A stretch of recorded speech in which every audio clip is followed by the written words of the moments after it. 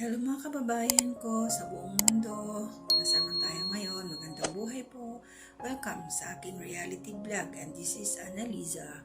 And now, gusto ko pong magbigay ng konting reaction lang doon sa update ni Papa Dins TV kina April. Ito yung yung nanay niya is nagbayad ba ng makakapagbigay sa kanya ng anak. So may update na po kanina si Papa Dins and thank you so much. Gusto ko magbigay ng aking comment o konting reaction tungkol dito. Kasi nag-open up na si Nanay Zenny, na itanong na ni Papa Dins yung name kanina. So si Nanay Zenny po ay sobrang nasasaktan pag naaalala niya yung excuse me, naalala niya yung mga nangyari sa kanya nung kabataan pa niya. Ang hirap ng kanyang dinanas nang dumating siya sa point na gusto na niyang tapusin ang kanyang buhay. Buti na lang at hindi niya nagawa yun na ituloy.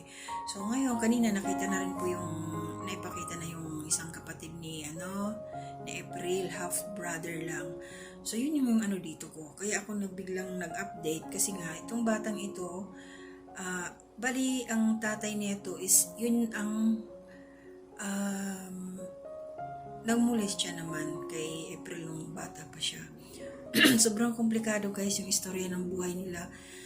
Ngayon din lang ako naka-encounter ng ganito. Kasi mayroong mga nangyayari pero ito parang connect ba.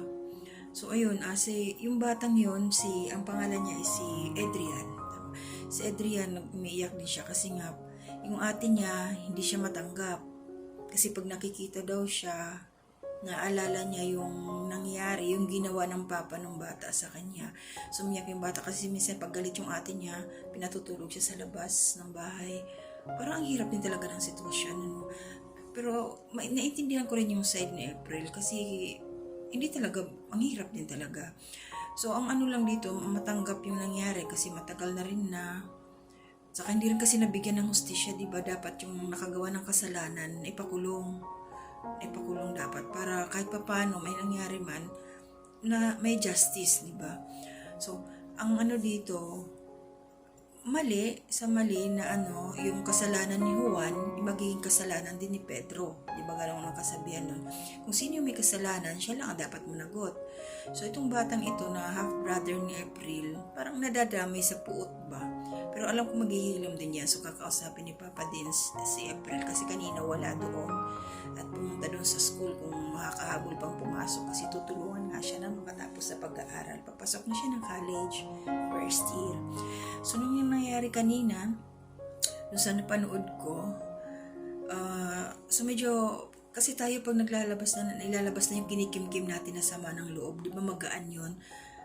Kasi kailangan natin ng taong makikinig sa atin kung ano yung istorya ng buhay natin. Yung pakikinggan ka lang, yung mailabas mo yung sama ng loob mo para maging maginhawa yung pakiramdam. Kasi pag nailabas na yun, wala na parang ang gaan na. Kasi kinikimkim mo parang walang nakikinig sa'yo. So malaki yung pasasalamat kanya ni Nanay Zenny kasi napakinggan siya. Guminawa yung kanyang bigat na nararamdaman. So thank you kay Papa Dins. So hindi ka lang charity vlogger, marunong ka rin makinig sa sitwasyon ng mga katulad ni Nanay Zenny. Kapagbigay ka rin ng advice. So ayun, April, sana matanggap mo yung kapatid mo, si Adrian, kasi galing din siya sa nanay mo. Although, yung mga nangyari sa buhay nyo, ganun talaga, siguro may dahilan talagang Panginoon kung bakit nangyari yun. Pero sa ngayon, ingat-ingat na lang. At saka yung mga nakaraan na, tanggapin na lang natin kasi tapos naman na rin. At pag-move on na lang kahit masakit, isipin na lang natin yung magbago yung buhay at saka mag-iingat at para hindi na ulit mangyari yung masamang mga ganung mga pangyayari sa buhay ninyo.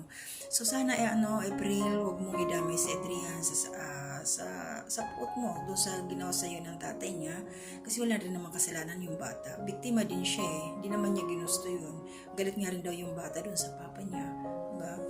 So maghihilom din yung sakit ng puso mo, nararamdaman mo. April, pakatatag ka lang. Gagabayan kayo nila Papa Dins. So support po natin, panoorin po natin yung mga upload ni Papa Dins at saka ni Papa niya si Ka-Business Official. So maraming salamat po mga kababayan ko. So yun, so tandaan natin na kung sino mo yung may kasalanan, siya lang ang dapat managot. Hindi natin pwedeng lahatin. Okay, thank you so much. God bless po. Mag-iingat po tayong lahat kung saan man tayo pupunta sa araw na ito at kung sa ibang mga araw pa.